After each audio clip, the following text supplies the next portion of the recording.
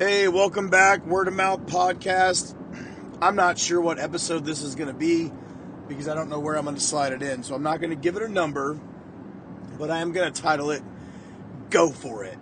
Now, I was just talking to my buddy Jorge, and he was telling me that he loves the titles and the pictures of the show, but he's like hooked listening to the story because he's waiting for me to say the title. He's like the Joe Dirt from Waco, Texas. He's like, you didn't say that till like towards the end, and I was waiting for it and I told him, I was like, yeah. So I record the episode, and I go back and listen to it, and then something will stand out that I say, and that becomes the title. So yeah, it's always in there. So go for it. And I just wanted to share a really good story about Jorge and my friend Ashley because I realize it's something I'm naturally good at doing that I want to tell people not to brag. No, only because this awareness like encourages me to do more of it and to tell others about it because they have the same exact potential that they're not aware of. And then once you make them aware of it, then they're like, so now you've doubled your ability to do good in the world, right? And then it's like a Ponzi scheme, but for good. Dang. Now I gotta rename this episode The Good Ponzi Scheme. Crap. All right. Anyway, so the point of this was Ashley's one of the funniest people I've ever met in my life. I think, I've talked about, I didn't work with a lot of women when I was in the military because I was in an all-male community, but I did work with women at times.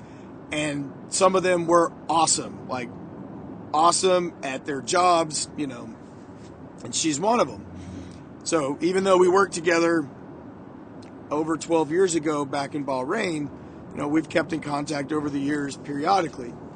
And when this podcast came out, she got hooked on it. And she loved it. And she resonates with a lot of it. I mean, a lot of the stories that I'm telling, were in Bahrain or stemmed from that time. And so she connects with it. And the stories that we talk about are really funny. She's very similar to me in a lot of ways in that, we just have little internal motors that just go, go, go, run, run, run all the time. We never sit still. And we wear ourselves out doing it. We wear ourselves out helping everybody but ourselves. And so having conscious awareness that you're one of those people, because a lot of you are, especially the guys that I worked with in the Navy, all of them are. Every one of them has a little nuclear-powered engine in their stomach that just has them. They got to be doing stuff all the time. And not only do we have to be doing it all the time, we got to be doing it efficiently all the time. We have to be doing it in the most efficient way possible. Like, we can't just go out to the garage and start the car and open the door so it can warm up. No. My buddy Brandon, I'm thinking about you. We got to be like, oh, well, I can take the trash with me, and I can scoop the dog food, and I can take my backpack and my coffee, and I can put that in the truck. And so we're going to leave the kitchen into the garage with a backpack, 2 cups, a water bottle, and a hot coffee. And then we got a free pinky, so we're going to get that cup to scoop the dog food, and then in the other hand, we're going to have the trash bag. Because we are not going to waste this trip, right? Like, that is just dumb. So we're gonna risk spilling coffee all over ourselves, dropping the trash all over the floor in order to be efficient. And we do that, right? So we're going to go out there and put our stuff down, throw the trash away, open the garage door, put everything in the car, start the car, and then come back inside. And whatever we do when we get back inside will be just as efficient as what we just did, right? And Ashley's one of those people. She's one of those efficiency monsters on the go all the time and super efficient with everything that she does. So imagine how much stuff we can get done, right? People like us, the guys that I know. And then imagine them getting an extra 20% of that. You add 20% to a high-performing person, it doesn't matter, to me, it doesn't matter why they're high-performing. right? I am a high-performing, functioning person because I probably have undiagnosed high-functioning depression, high-functioning anxiety, ADD, ADHD, probably some bipolar. You know, you can throw in some personality disorder, like whatever, right? Take all those labels, slap them on my back, because you know what those labels, when you add all those labels up, you know what it equals? Winner. That's what it equals, right? And that's what Jorge is. That's what Ashley is. They are winners. They are American-born freaking winning machines. And now that they're not drinking anymore, they are tapping into that extra 20%. And that 20% is a lot. Once you unlock that 20%, that mental clarity and that energy, man. And so you have a lot of good you can do. A lot. Because you're focused, you have the drive and the energy. And so I told Ashley I think she should start her own podcast. She's just as funny as I am. Her stories are just as captivating, just as hilarious, just as tragic, just as awful at times, just as funny, right? And I'm like, why don't you start a show for the ladies, right?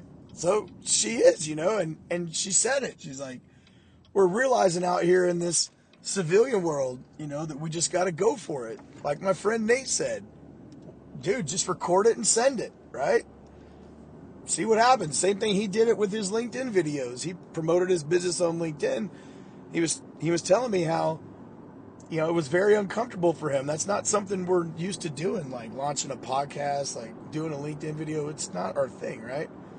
But that's what people do out here. And he's like, you got to adapt. He's an executive coach, Nate is. I'm giving him a shout out. I'm going to introduce him on the show. He's going to introduce himself. He's got some pretty powerful stories about getting his 20%, dropping that bottle and unlocking the rest of his life. And so he's like, it wasn't something I'm comfortable with, but one day I was out on my walk and I was like, you know what, forget it. So I just pulled out my phone, did like a little 20-second video on his inner work he was doing that day, put it on LinkedIn, and everybody loved it. You know, I loved it. I even put a comment for him, say that was awesome. And then I called him. We talked about it, and he was telling me, it wasn't his favorite thing to do, but he did it, and it worked out, right? So that was his advice to me with this podcast. He's like, dude, just record it and send it, see what happens. And what's happening is a lot of people are liking it. A lot of people are hitting me up, and they're telling me how powerful the stories were, how much they resonate, and how much it's encouraging them to stay the course. You know, Jorge hits me up, and he said he's been off the sauce for 2 months. And I'm like, dude, congratulations. Like, oh my God, I'm so proud of you, man. I'm so freaking proud of you, because I know how challenging it is to do that, right? To get sober in the Navy and special operations is a very, very hard thing to do. So stay on it, man. If there's anything I can do to help, let me know, man. I've walked the path, and I know it's not easy, man. At the 2-month mark, it's so easy to just slip back into it. But stay committed, and then think of those beautiful moments that you've had. He told me he's already achieving better mental clarity, and he can't wait now to get to the 6-month mark, because if what he's experiencing at the 2-month mark, he's loving it.